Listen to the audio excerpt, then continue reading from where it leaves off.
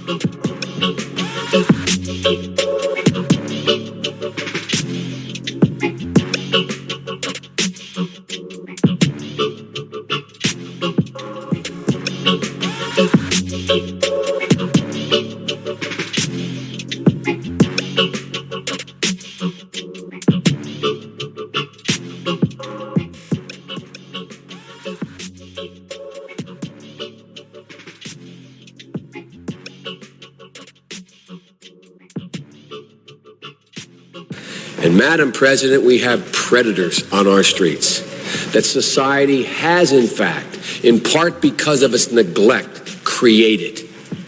Again, it does not mean because we created them that we somehow forgive them or do not take them out of society to protect my family and yours from them.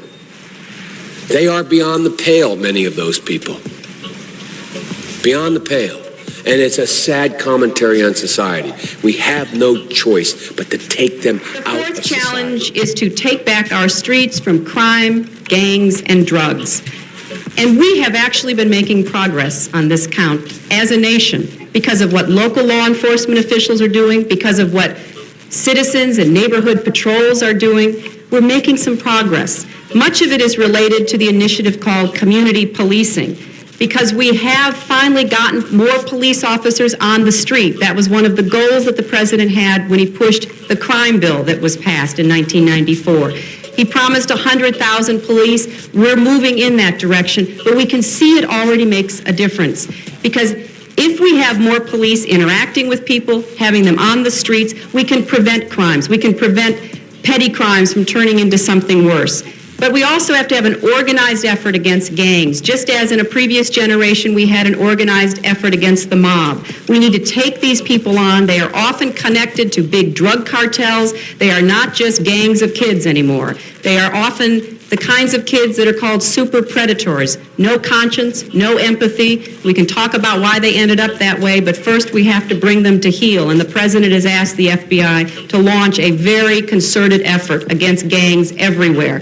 So this video is not going to be about super predators pertaining to Black foundational Americans. We're not going to go there, even though I will attempt to do a video in the future because both President Biden and Hillary Clinton said some of the same things in those clips that I shared with you previously.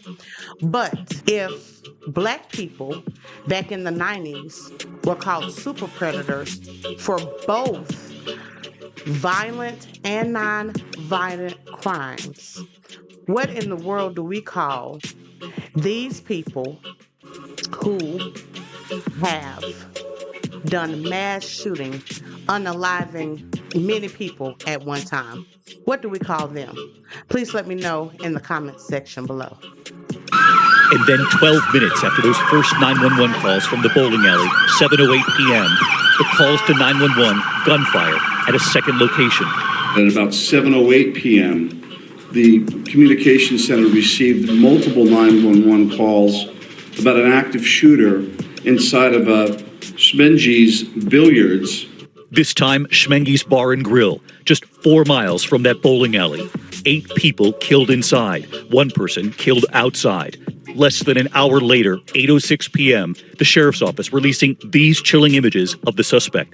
Tonight, identified as 40-year-old Robert Card. Sources say Card is a U.S. Army reservist. A local law enforcement bulletin describing him as a certified firearms instructor.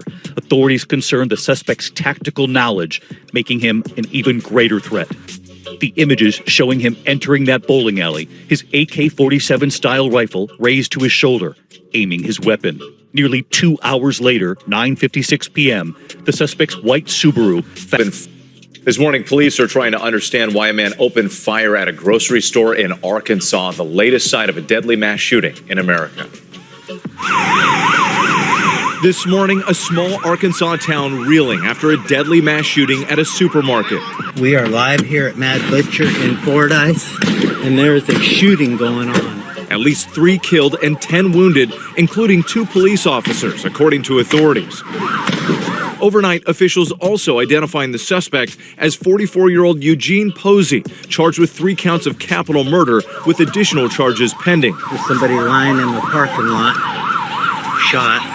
Witnesses capturing the terrifying moments as the shooting unfolded around 11:30 a.m. Friday morning at the Mad Butcher supermarket in Fordyce, more than an hour south of Little Rock. Police and rescue personnel scrambling to the scene, 2 police officers shot as well as the suspect, none with life-threatening injuries. We had 11 civilians shot. 3 of those are deceased, and we do have some that are critical. Amaya Doherty was in a car outside the store when she heard the gunshots. I heard like boom, boom, and then I looked and I thought it was fireworks. Then I seen a man, I think it was an AK, he had rounds and he was just shooting, and I locked the door and I got real low. Now, another community grieving as police work to understand what motivated this deadly attack. This is something scary, this is something new, like for all of us. So when I come to Mad Butcher to get some lunch, I'm coming to get some lunch, not to be worried about our lives. And Arkansas Governor Sarah Huckabee Sanders is crediting the quick and heroic damage inflicted by a lone gunman inside a Charleston church. 9 people were killed. This morning, we know who they are. They include the church senior pastor, 3 other ministers, and 5 parishioners. Dylan Roof, the 21-year-old white man accused of killing them, is back in South Carolina this morning. We have a new look at the moment right before the shooting. A victim posted this image of the Bible study class. It includes a glimpse of the suspect in the upper right corner. You can see him sitting with the group. We have complete coverage from Charleston this morning. CBS Evening News anchor and managing editor Scott Pelley is outside the Emmanuel AME Church. Scott, good morning. Good morning to you, Anthony. It is a solemn morning here in Charleston. Of course, the church, which you see behind me, the historic 1891 building, all night long, people have been leaving bouquets of flowers at the doorstep of the church. I can see 9 white ribbons on the fence, one for each of the 9 people who were killed in the terrible tragedy that has shaken this historic city. Jeff Pegues is right here with us to begin our coverage with new information. Jeff? Scott, Dylan Roof is in jail this morning in Charleston. Next up for the accused mass shooter is a court hearing sometime today. Investigators believe that he acted alone on Wednesday night in this church behind me, shooting and killing 9 people. He's walking out now. Police brought Dylan Roof back to Charleston last night, a city left heartbroken after one of the deadliest mass shootings in state history. The heart and soul of South Carolina was broken. And so we have some grieving too. According to investigators, Roof entered Emmanuel AME Church around 8 p.m. He spent a full hour mingling with parishioners before he stood up, declared he was there to kill black people, and opened fire. I copied several victims regarding that active shooter. At the end of the murderous rampage, 6 women and 3 men were dead. A video, reportedly from one of the victims, shows a small group of people gathered together inside the church. All of them are black, except for one man. Why did you do it? It's now believed that person was the shooter. Roof evaded capture for more than 12 hours until police pulled him over in a black Hyundai in Shelby, North Carolina, 250 miles from Charleston. Once we got the surveillance photos out, we started to receive tips, and that was what led us to the ability to identify the individual and make this arrest. One of those tips came from Debbie Dills, a florist who was running late for work. She says she looked into the car next to hers and recognized the distinctive haircut of the accused gunman. I was directly behind him at a stoplight. And everything going through my mind was like, what ifs? But the only thing I could still see was those people in Charleston in those prayer circles with their hands gathered around praying that prayer would be answered. Sources say Roof made incriminating statements linking him to the Charleston. On and on of all the massacres. We could go back further in history and then we'll really see some things come to pass. But what do we call these people? They're not killing their own kind. They're not killing or just their own kind. They're coming out unaliving mass people of all different creeds, religions, ethnicities, all types of people. That's what they're doing. So what do we call them? Because when I thought about it, the word super predator, it made us sound vicious. But one thing that has come to mind since I've been doing this particular video is that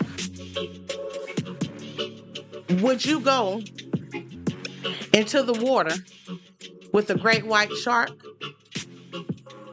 They're beautiful animals.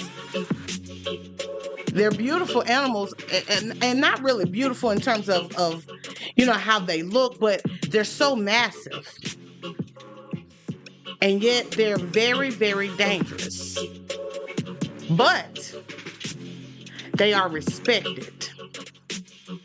When you think about lions, I don't know why they call them I don't know why they call lions the king of the jungle, because they don't live in jungles. But let's just say they are the apex predator of Africa and maybe India, I believe. They can be trained, they can be tamed, but if you're looking at a lion that's in the wild, you're going to stay far away from it. When people go on safaris and things of that nature, I don't see how in the world they are in a wagon with no protection, no kind of glass, no type of plexiglass, no nothing. But lions are respected, although they are an apex predator. Same thing with tigers, beautiful animals. Very solitary.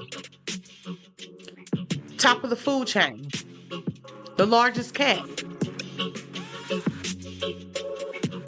They are respected. And of course, before our time as humans, dinosaurs. Massive creatures. And the Tyrannosaurus Rex, he was nothing to play with. And thousands of years later, we're still talking about him and we still respect him. So, although that word super predator was used in a derogatory way to describe black men or black people, anyone who created crimes, because we heard Hillary and we also heard Biden say, well, even though they may have been petty crimes, they wanted to put petty crimes and gang crimes all in one melting pot. And therefore you were labeled super predator. But what do we call the people now that are committing these mass shootings? What do we call the gentleman that took a shot at President Trump? What do we call him? What do we call the illegal migrants that have came over and who are robbing and stealing and pistol whipping and stabbing and shooting and doing all of these things to ordinary Americans? What do we call them? I'm not gonna hold this video much longer. I want to know your thoughts. If you like this video, please like, share, comment below. Let me know what you think. What should be the name for these people who are unaliving people by the masses? You just saw, I just gave you evidence, and I could keep going, but I didn't want this video to be but so long. What do we call them? I want to know. Please comment below. And as always, may God bless. Thinking I can think for myself. Yeah, we living in the world that's turned upside down. All this truth I've been bringing, guess I'm the bad guy now. I be telling y'all a lot, but do you really be hearing me? No, cause in your eyes I'm a conspiracy theorist. I be